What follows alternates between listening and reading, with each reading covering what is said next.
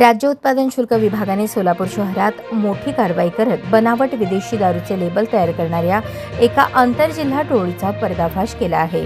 या कारवाईत 7 आरोपींना अटक करण्यात आली असून 2 वाहने आणि 1,58,500 बनावट लेबलांसह एकूण 13,16,700 रुपयांचा मुद्देमाल जप्त करण्यात आला आहे।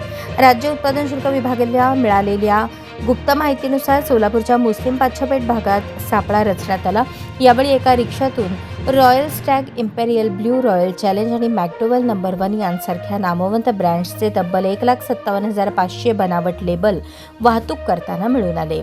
या प्रकरणात पोलिसांनी विविध ठिकाणांहून आरोपींना ताब्यात घेतले आहे। यात समीर रशीद आंबेल चिचडे, मुस्लिम पाच्छापेठ सोलापूर, आसिम कासिम बल्लारी, फकरुद्दीन नगर झोपडपट्टी सोलापूर, प्रकाश विठ्ठल चन्ना लेबलांची छपाई करणारा शनिवार पेठ सोलापूर, सोमनाथ बाळासाहेब कदम डिझाईन बनवणारा लातूर, सुलतान मेहबूब पाशा शेख डिझाईन बनवणारा लातूर, महेश बाळासाहेब स्वामी टोळीचा म्होरक्या केज जिल्हा बीड आणि गोविंद लक्ष्मण कांबळे केज जिल्हा बीड यांना अटक करण्यात आली आहे।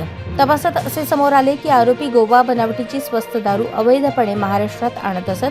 त्यावर सोलापूर आणि लातूरमध्ये छापलेल्या नामांकित कंपन्यांचे बनावट लेबल लावून ती दारू चढ्या दराने महाराष्ट्रात विकली जात होती। त्यामुळे शासनाच्या महसुलाचे मोठे नुकसान होत होते। उत्पादन शुल्क विभागाने सोलापूरच्या MIDC भागातील श्रेया ऑफसेट येथून लेबल छापण्याचे मशीन, डाय मशीन आणि लॅमिनेशन पेपर जप्त केले। तसेच लातूर येथून डिझाईन बनवण्याचे साहित्य आणि लातूर अंबाजोगाई रोडवर एका वाहनासह गोवा बनावटीचे मद्य जप्त करण्यात आले। राज्य उत्पादन शुल्क विभागाचे अधीक्षक भाग्यश्री जाधव यांनी नागरिकांना आवाहन केले आहे की मद्य खरेदी करताना केवळ सरकारमान्य दुकानातूनच खरेदी करावे। अवैध मद्य विक्री किंवा विक्रीबाबत माहिती असल्यास टोल फ्री क्रमांक 1800-233-9999 किंवा व्हॉट्सअप क्रमांक 8422001133 वर संपर्क साधावा। माहिती देणाऱ्याचे नाव गुप्त ठेवले जाईल असे आवाहन करण्यात आले आहे।